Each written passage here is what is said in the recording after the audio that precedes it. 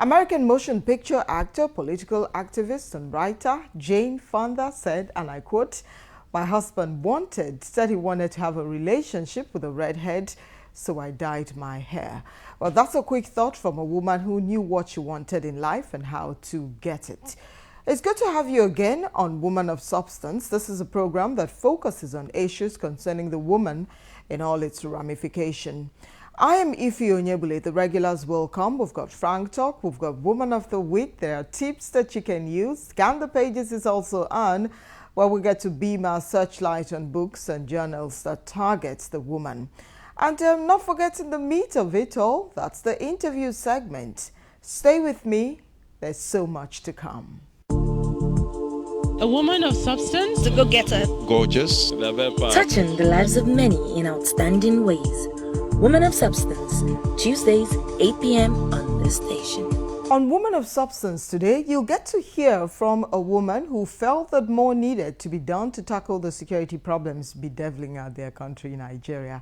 Well, she worked for a media outfit for over 10 years. She woke up one morning and said she decided to move on with the dreams she had always had. It takes a lot of courage, of course, for anyone to take the step of becoming or moving into a new venture. Now, if we take into cognizance the kind of society that we live in, find out more about this woman who redefined the importance of security of lives and property on Woman of Substance. Woman of Substance, Tuesdays, 8 p.m. on this station.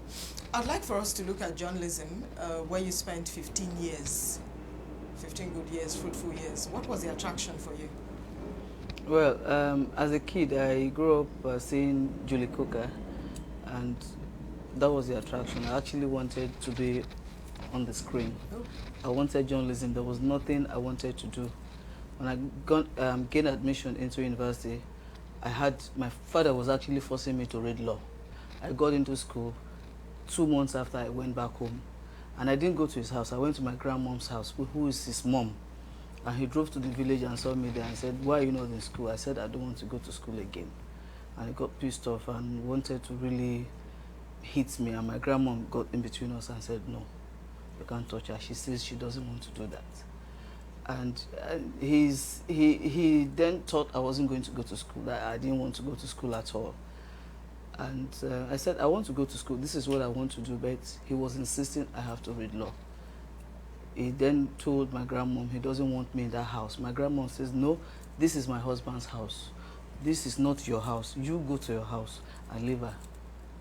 I don't know what it was like during your own time. Of course, we're looking at 15, 16, 17 years back. No, 22 years now. 22 years back. Now. Let's look at your time then and what is obtainable today. What would you say is the difference?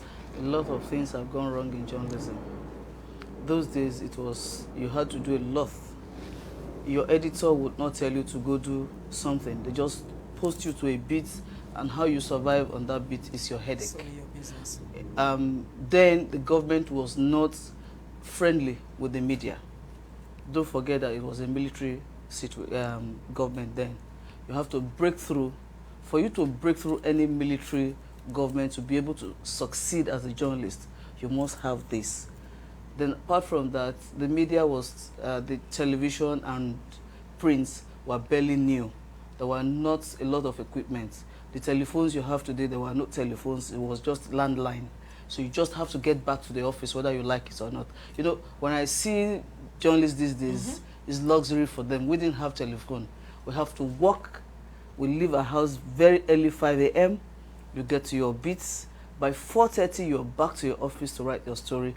You don't leave the office until 9:30, 10 p.m. in the night. If you think they're having a lot of luxury now with the equipment and the things they have, and at that time you didn't have, your colleagues, you didn't have all the things they had now, but you were doing a good job. What's stopping them from doing very good jobs these days? Because the people you have these days don't challenge themselves. They don't want to challenge themselves, and it's very unfortunate. Apart from that, what is also obtainable now that is very annoying is this corruption syndrome. When you go to beat, you see people, journalists don't have self-regard, self-esteem anymore. Once somebody puts 5 naira into an envelope and gives to you, you go to sign. That's horrible. You can't do that to me in my days.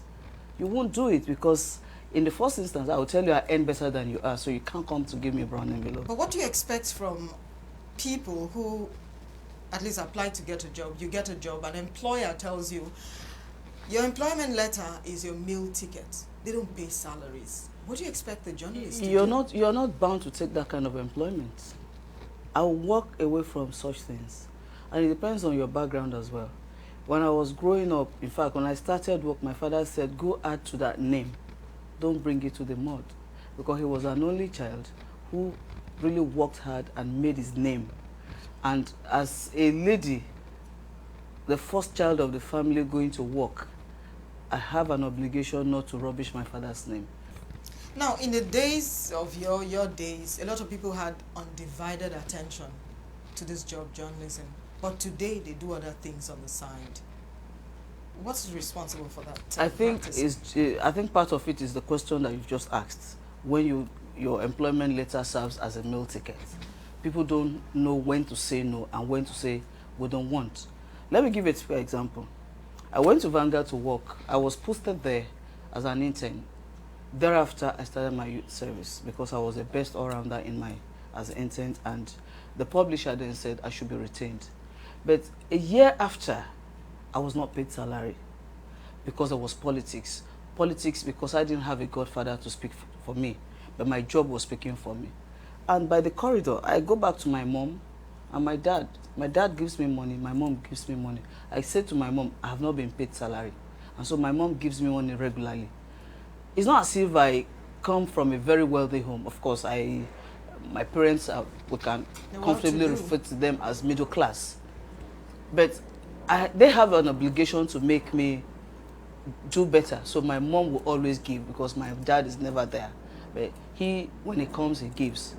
And one day, Uncle Sam was just walking past me at the step and he calls me commissioner. Even then, I was barely 3 years old in the job. And he says, Commissioner, have you been given your employment letter? I said, no. He said, follow me. And he took me to the then editor, I think it's Muiwa or somebody. And I said, why haven't you employed her? She's leading your paper every day. She's giving you best of stories every day. Why haven't you employed her? You must give her a letter now. Some other ladies will not wait. You see, you must persevere. You must work. You must be sure of yourself. You must know that you are good. I want to believe that those ladies who do these things today and men are not sure of themselves. If you're sure of yourself, you get a job. If you're not paid, persevere. Don't get into things that will rubbish you because you don't know your future. Yes. If we look at the issue, you mentioned godfatherism. Is this something that's positive for us? Or is this something that is positive in a profession like journalism where what you do speaks for you? It's not positive. I went through it. I was a victim of godfatherism, for example, like I told you. I started work way back a year and I was not employed. But people who were not as good as I were given the employment letter. But I didn't look at that. You know what I looked at? My work. It was my work that spoke for me. Did your employers ever, did you have a clash with your employers, the powers that be of the organization for firing the IG with your stories, as it were? I'm talking about ownership and control then. No, because my employer trusted my stories. This is why you as a person, as a journalist, must understand that integrity matters in journalism. If I file stories, my stories are not doubted because they know that I'm an authority when it comes to police. And I stand, when I give my stories to my editor, I tell my editor, go to sleep because I'm ready to stand by my story. I was detained severally. I was detained 3-4 times by the police. How did it feel? Well, it's part of the job. It's one of the hazards. I didn't feel bad. You didn't have members of your family saying, drop this thing? My father was a military man, so he understands the kind of thing I was doing. My mom is the wife of a military man. He understands. I see it as a challenge. I see that, look, I came into journalism because I felt that something should be changed. And that's my belief. So if I'm detained for writing stories to change the society, it's part of the hazard. Now, that change was what gave birth to crime fighters, if I'm not mistaken. Mm-hmm. At what point did you decide that crime fighters had to come on board? At what point did you decide that I've had enough of what I'm doing with the print media. I need to move on. At what point? Yeah, that's a good question. You see, I was writing and writing and writing about crime, and I was not getting the feeling that the society understands it. Or that things were changing. Or things were changing, especially when it has to do with violent crime or rape. Those are two incidents that shouldn't happen to any individual, because it's a scenario that you will live with for the rest of your life. And robbery was really getting, it's not the kind of robbery that you have now. The robbery then was such that, very archaic, as it were, you know, people come into your house with all sorts, you know, and the police was doing so much, even when they didn't have what equipment to work with. We're lucky now that we have civilian governments, governors are buying equipment. Then it wasn't there. So these guys were barely working with nothing, and they were succeeding.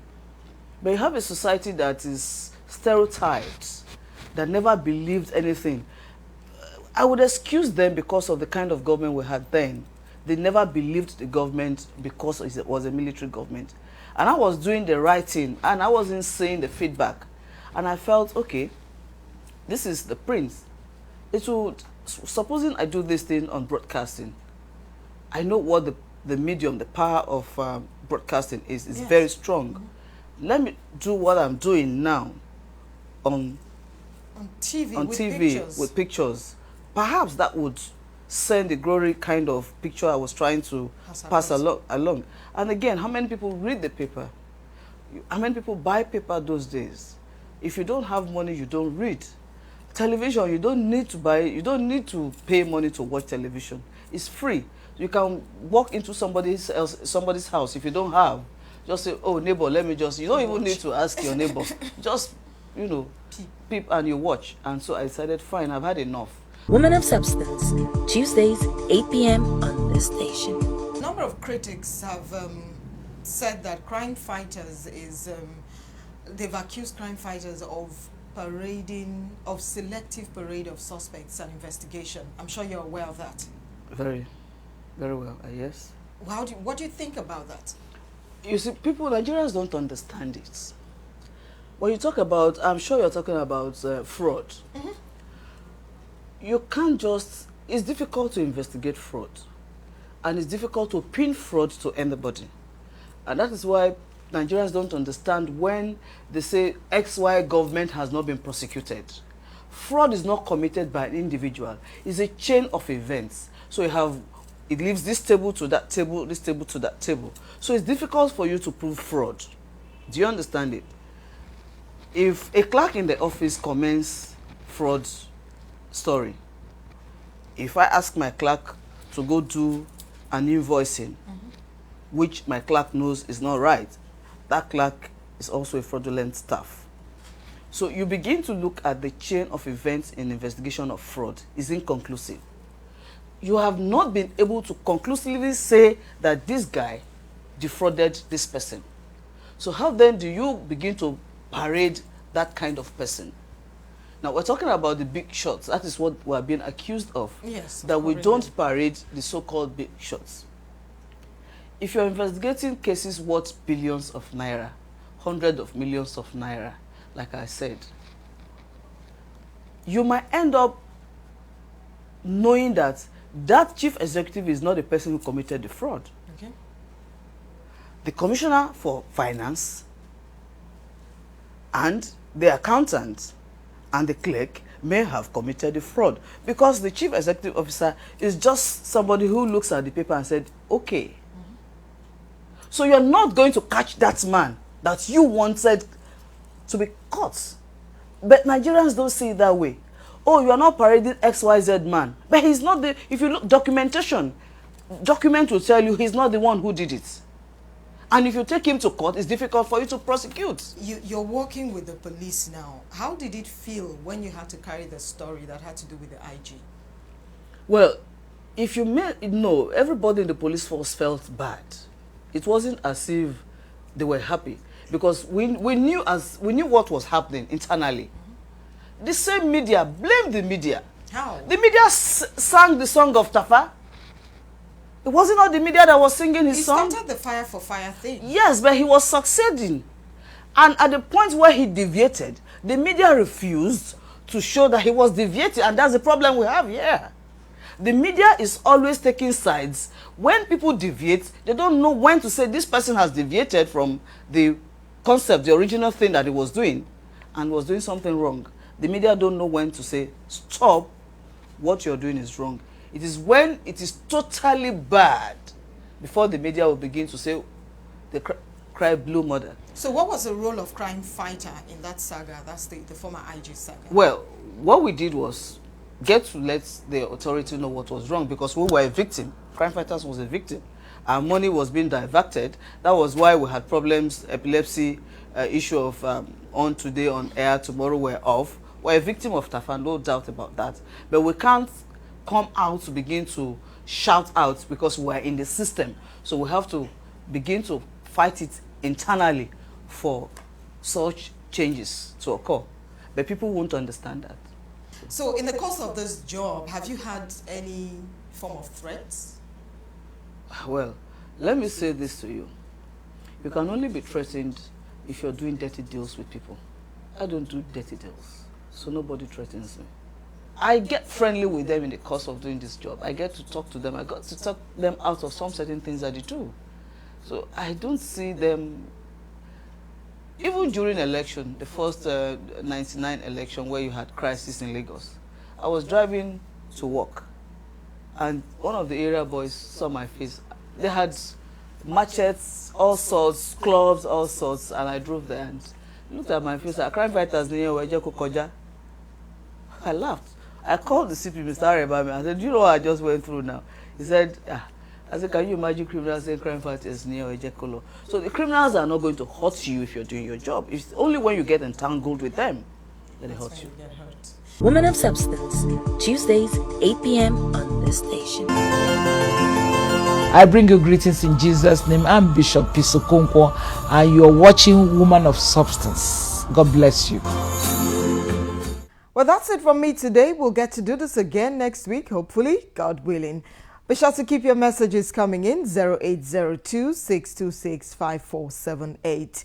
I'm Ife Onyebuli, and I'm leaving you with something from a great woman, Abigail Adams. She said, great necessities call out great virtues. Chew on that, and let's meet here again next week. Have a wonderful evening. Bye-bye.